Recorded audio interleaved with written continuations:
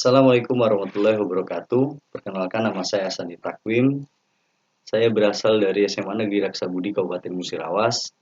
Pada kesempatan kali ini saya akan memaparkan bagaimana koneksi antar materi yang telah saya pelajari pada modul 1.1 serta refleksi dan kesimpulan dari pemikiran Ki Hajar Dewantara dalam dunia pendidikan. Pada refleksi diri, saya nantinya akan menyampaikan bagaimana sikap saya sebagai pendidik sebelum mempelajari modul 1.1 ini. Kemudian bagaimana sikap saya, pemikiran saya setelah saya mempelajari modul ini dan apa langkah-langkah yang akan saya lakukan ke depannya nanti. Baiklah, kita mulai dari sebelum saya mempelajari modul 1.1 ini. Yang pertama adalah bagaimana saya berpikir bahwa mengajar atau menjadi pendidik itu adalah seseorang yang mempunyai fungsi untuk mentransfer ilmu pengetahuan langsung kepada anak. Mentransfer ilmu pengetahuan apa yang ada di otak saya untuk saya sampaikan langsung kepada anak didik saya, dan itu saya samaratakan semuanya. Karena saya berpikir bahwa metode tersebut adalah metode yang terbaik yang bisa dengan cepat anak didik saya mencapai kemampuan yang saya harapkan. Dan kemudian dulu saya terbiasa juga sebelum mempelajari ini adalah memberikan begitu banyak tugas, PR, proyek, dan sebenarnya tujuannya baik, yaitu agar mereka senantiasa di rumah nantinya akan belajar dan menjadi siswa yang mengerti sepenuhnya materi yang saya sampaikan. Dan kemudian saya juga terbiasa ketika di kelas, di pembelajaran, itu apabila ada anak yang tidak bisa, itu untuk mengultimatum mereka agar mereka mau selalu belajar, itu saya berikan hukuman. Dan nampaknya dari ketiga metode ini, dari kesemuaan yang saya lakukan ini bertolak belakang hasilnya. Kenapa? Saya kadang akhirnya kecewa ketika melihat bagaimana tingkat keberhasilan pembelajaran saya di kelas itu, katakanlah apabila 100%, itu hanya mencapai 30% hingga 50%. Dan ini jelas membuat saya agak sedikit shock, kadang putus asa, gimana sih cara ngajar mereka supaya mereka ngerti. Kemudian, di modul 1.1 ini kita mempelajari bagaimana sih pemikiran Ki Hajar Dewantara dalam dunia pendidikan, filosofi pemikiran beliau itu yang kita pelajari.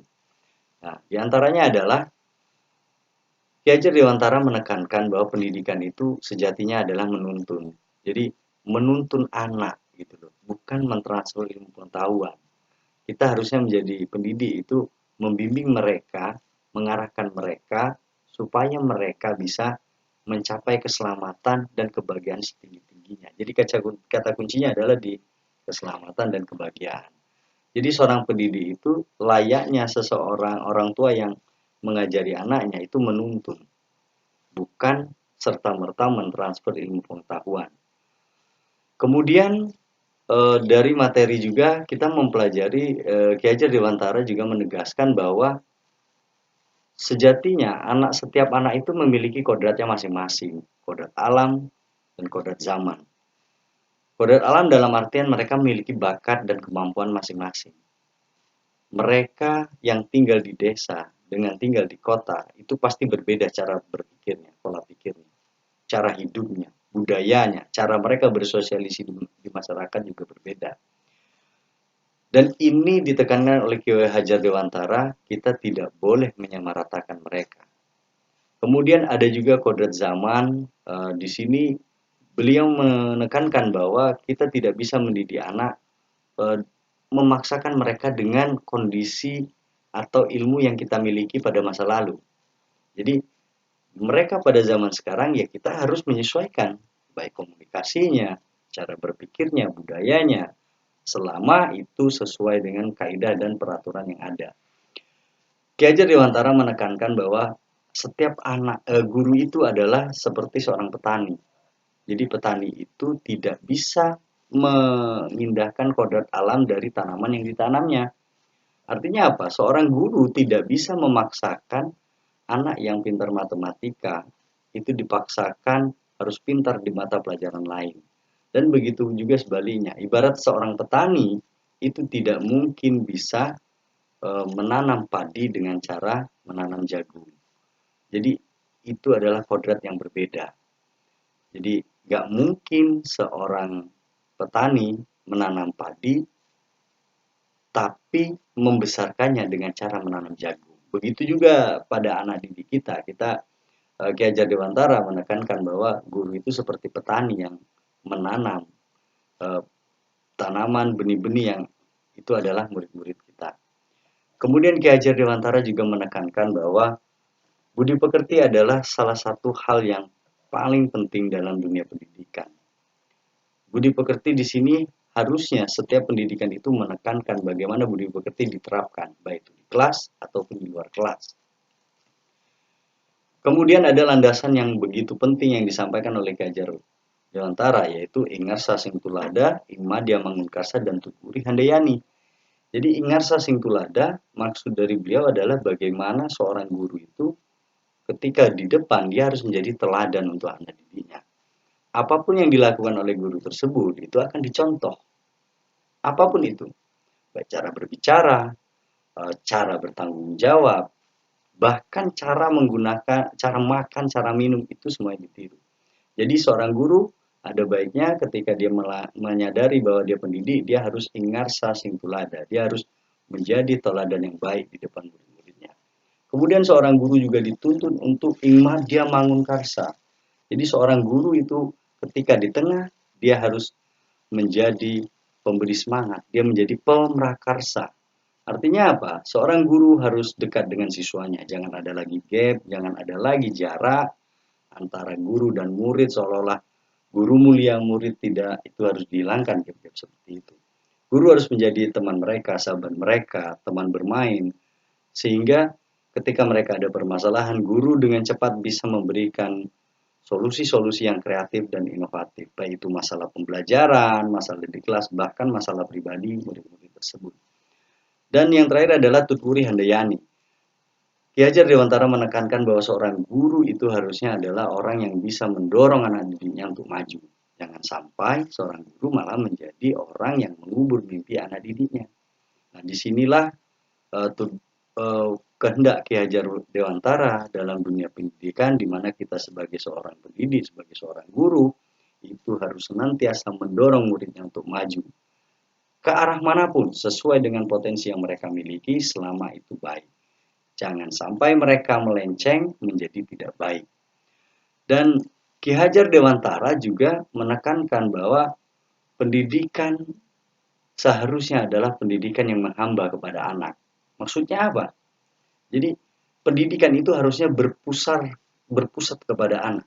Jadi semua kegiatan yang dilakukan sekolah, semua yang dilakukan oleh guru, semua yang dilakukan oleh tenaga kependidikan itu sejatinya adalah untuk pendidikan anak. Bagaimana semua itu dilakukan untuk meningkatkan kemampuan anak didik di sekolah masing-masing. Ya. Nah, setelah mempelajari itu, apa yang saya dapat? Yang pertama, saya merasa seperti terbangun dari tidur panjang. Jadi berpikir, wow, selama ini yang saya lakukan ternyata salah.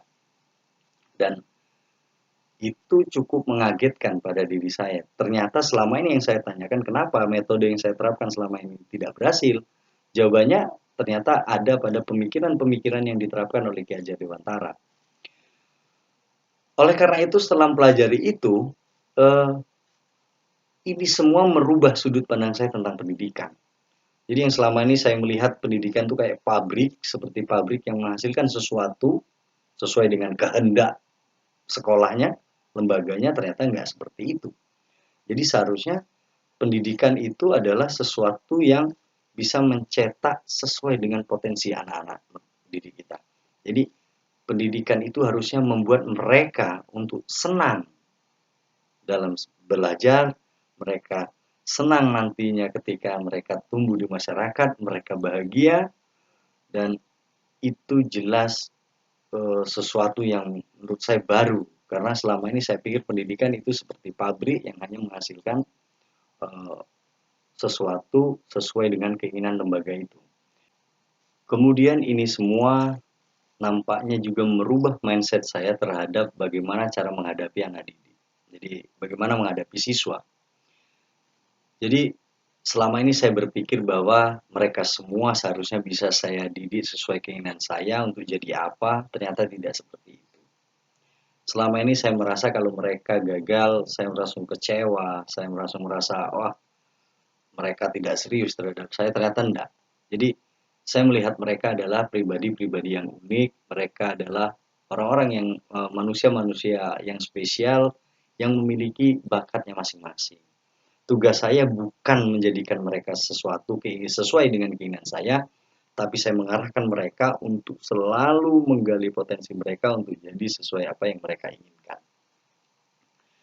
Nah, setelah menyadari semua ini, ke depan yang akan saya lakukan dan sekarang pun sudah saya mulai, yang pertama adalah saya akan menjadi teladan yang baik bagi anak didik. Jadi kebiasaan buruk yang selama ini mungkin terkadang saya hilap saya tampilkan terhadap anak didik saya, akan sebisa mungkin, semaksimal mungkin akan saya kurangi. Jadi akan saya tunjukkan bagaimana seharusnya berperilaku, bagaimana seharusnya berbicara, bagaimana cara belajar, bagaimana cara kita menjaga waktu, cara berpakaian, cara berbicara, itu akan saya tunjukkan sebisa mungkin supaya menjadi teladan yang baik bagi mereka. Kemudian saya juga akan senantiasa menerapkan pembelajaran di kelas itu adalah pembelajaran yang berpusat kepada anak didik. Jadi kalau selama ini saya terbiasa mengajar langsung pada drill soal, langsung pada materi, tanpa memperdulikan mereka ngerti atau tidak, mereka paham atau tidak, tanpa memperdulikan mereka saat itu sedang semangat belajar atau tidak, ini akan saya rubah. Jadi saya akan mulai mengajar di kelas bagaimana caranya supaya mereka enjoy mengikuti pembelajaran, mereka senang untuk belajar. Bagaimana saya menerapkan ini supaya mereka nantinya bukan saya yang memberitahu, tapi mereka akan mencoba untuk mencari tahu tentang materi-materi yang saya ajarkan. Jadi tugas saya tinggal mengarahkan, ayo kita coba analisis ini, coba kita pelajari ini. Dan ketika mereka bertemu kendala, saya akan arahkan lagi, berikan solusi mungkin yang bersifat arahnya nanti tetap mereka yang berusaha untuk mencari tahu. Kemudian saya juga tidak lupa melihat kondisi zaman saat ini yang begitu pesat maju, bagaimana budayanya juga berubah. Saya akan senantiasa untuk belajar, senantiasa untuk mengupgrade diri saya sendiri, agar nantinya saya tidak ketinggalan zaman, sehingga saya bisa mengajar atau mendidik anak siswa-siswa saya di sekolah sesuai zaman, supaya mereka juga tidak ketinggalan. Dan tugas saya adalah menjaga supaya komunikasi saya dengan peserta didik tetap bisa nyambung, tidak terbentur karena perbedaan budaya, perbedaan zaman, dan saya juga mengarahkan mereka jangan sampai melakukan hal-hal tindakan yang tidak baik. Oke, mungkin itu yang bisa saya sampaikan tentang bagaimana sih koneksi antar materi pada modul 1.1 ini yang telah saya pelajari, dan bagaimana refleksi terhadap diri saya. Dengan harapan nantinya setelah ini, bagaimana apabila seluruh pendidik di Indonesia memahami bagaimana pemikiran Ki Hajar Dewantara dalam dunia pendidikan dan mereka bisa menerapkan, mudah-mudahan pendidikan Indonesia akan menjadi pendidikan yang maju. Karena Indonesia yang hebat, Indonesia yang maju itu mustahil bisa dicapai tanpa pendidikan yang hebat juga, pendidikan yang maju juga. Oleh karena itu, demikian pemaparan saya bagaimana tentang koneksi antar materi pada modul 1.1 ini, serta bagaimana refleksi dan kesimpulan yang saya dapatkan. Mudah-mudahan pendidikan Indonesia akan terus maju. Saya akhiri. Wassalamualaikum warahmatullahi wabarakatuh. Salam guru penggerak.